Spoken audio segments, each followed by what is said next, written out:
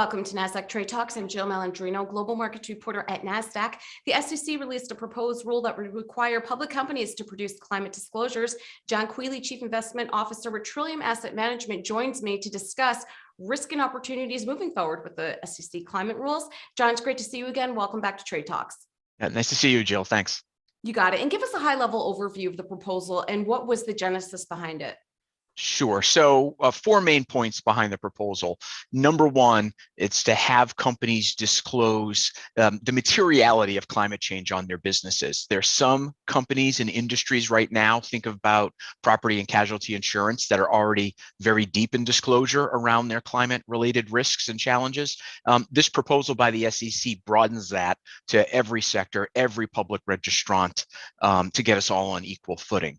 Secondly, this proposal for the first time would require any registrant to disclose their amount of greenhouse gas emissions, and to have that number opined on or audited or attested to by a public accounting firm, by an expert, etc. There's 2 other points that the SEC is trying to get across here with this proposed rulemaking. One is to have these disclosures reside in the financial statement footnotes. Many of us spend a lot of hours looking at Form 10K and 10Q, looking for these granular details that give us some indication of performance, historical and maybe future for companies. And so the SEC would like to see these mandated in those footnotes. And then lastly, it is aligning some of the targets that companies have already put out there. You may have heard of net zero targets. The SEC would like to align those. So a user of financial statements will be able to look at the company's plans, translate them into regulatory documents, and really separate what could be greenwashing, what could be opaque disclosure, to meaningful information to make an investment decision. John, do you think this is a practical proposal? I do think it's practical, for registrants to disclose a number of different things when issues become probable and possible, very likely. This is a rubric that registrants use every day around legal liabilities, around lawsuits, around environmental liabilities. Think about Superfund sites. So this practice that the SEC is asking for, well tried and true, and a good source of information for investors. Just to come back to your earlier question, the genesis of this, kind of what I said before, property casualty insurers already disclosing climate change effects on their business, whether that's the amount of residential, non-residential real estate on a rising town or city like Boston, for example, or New York, with rising tides, rising temperatures. These climate events aren't just happening once every 100 years. They seem to be happening frequency and financial impact much more frequently, and the SEC wants to get a handle on this on behalf of investors. And thank you for following up with that. What are the challenges and risks associated with the proposed rule?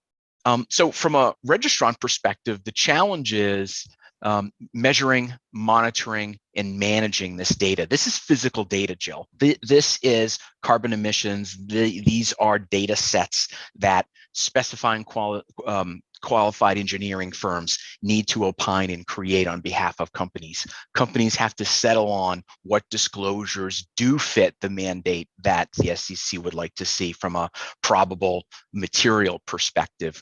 So first, it's just setting the definitions. Right now, companies are spending a lot of time answering a lot of questions, different questions from investors around ESG and climate characteristics. The challenge will be coming to, for a company, the common set that they would like to live with and opine on for the foreseeable future. From an asset management perspective, the challenge is what I just alluded to.